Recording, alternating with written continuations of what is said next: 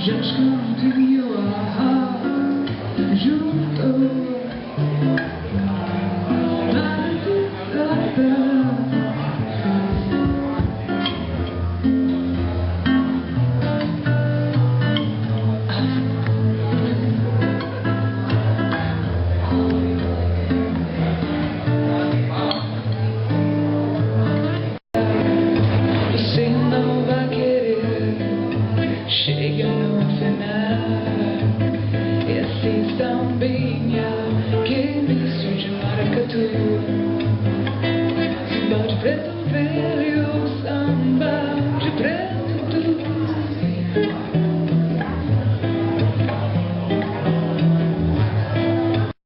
But I came to this island about 8 years ago under false pretenses, and then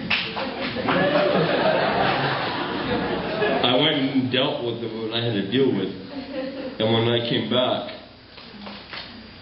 Bob opened his arms to me, and when people said, "What are you doing helping that man?" Bob says, "Mind your own business," he's a nice guy. I tell you something, Bob was a dear friend of mine, and I never meet you. And I don't know what else to say other than I love Bob Cairns. He's my friend, boy football. Is this the one we're speaking to? Yes. Okay. For those who don't know me, I moved here 9 years ago. And Bob took me in. He moved me to Victoria. He moved me to Chemainus. He's moved me pretty much everywhere. I'm not really a moving kind of girl, though.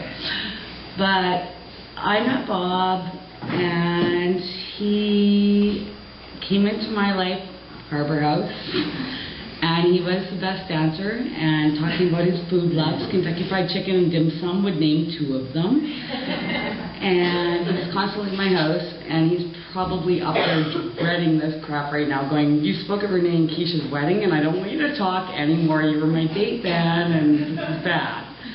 But he did have his love of dancing, even when he put me on the floor. I told him he didn't know how to dance, but he actually did. But I do know this, he loved his mother very much. He loved his sisters and his brother very much, and his nieces. And he loved Edwina very much, and Lance very much, and Kaylin and Asia, and Chris. You were his pride. You were it. I don't think actually 1 week ever went by in my 9 years I knew him without him talking about you. And he was very proud of you. And if all of us could even have 20% of Bob in us, we're great people.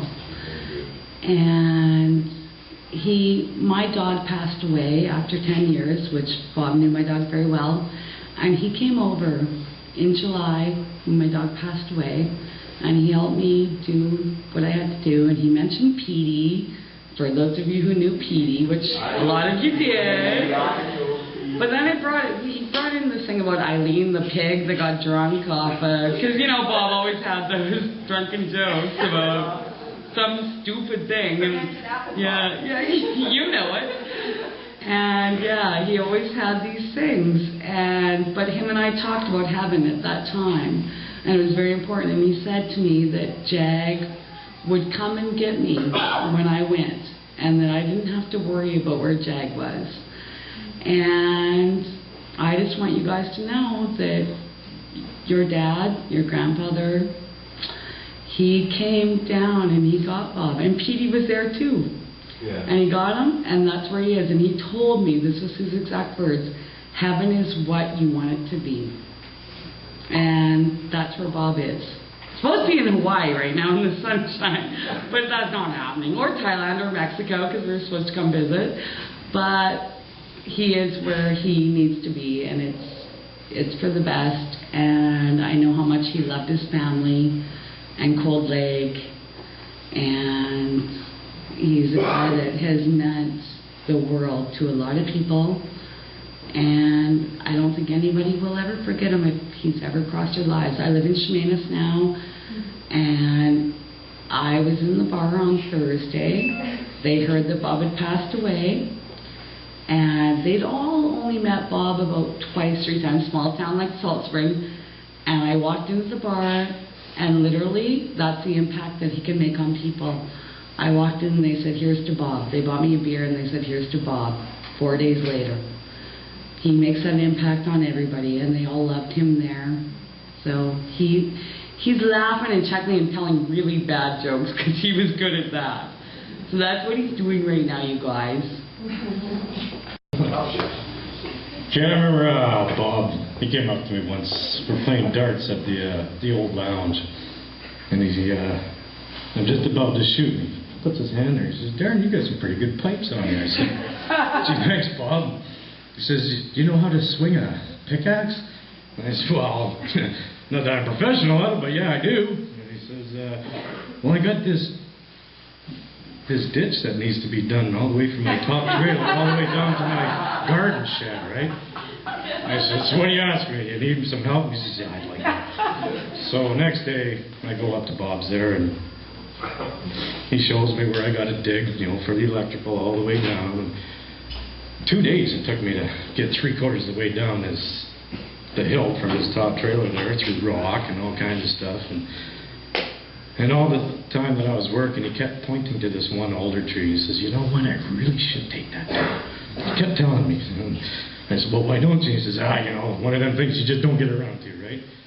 But after I finished my job, about 3 weeks later, he phones me up.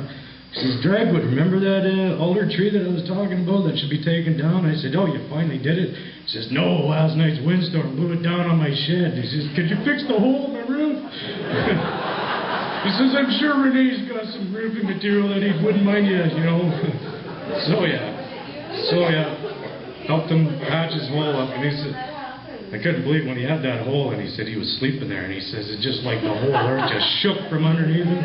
What the heck is going on? He didn't know. But that's about the fondest memory I got of Bob when that tree went through his roof. He said he almost beat his bed. But anyway, I know we all love him, and I don't know what else to say other than I'm glad he's at peace now.